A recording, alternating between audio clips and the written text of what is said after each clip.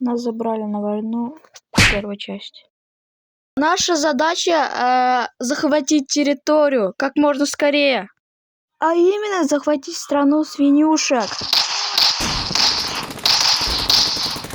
О, я ее походу ранил. В то время некоторые свиньи лежат под капельницей. А, вот где ты! Ну что, попался? Ай! Ну ладно, я сдаюсь. Только я вам свою страну никак не отдам. Тогда и нам ты не нужен.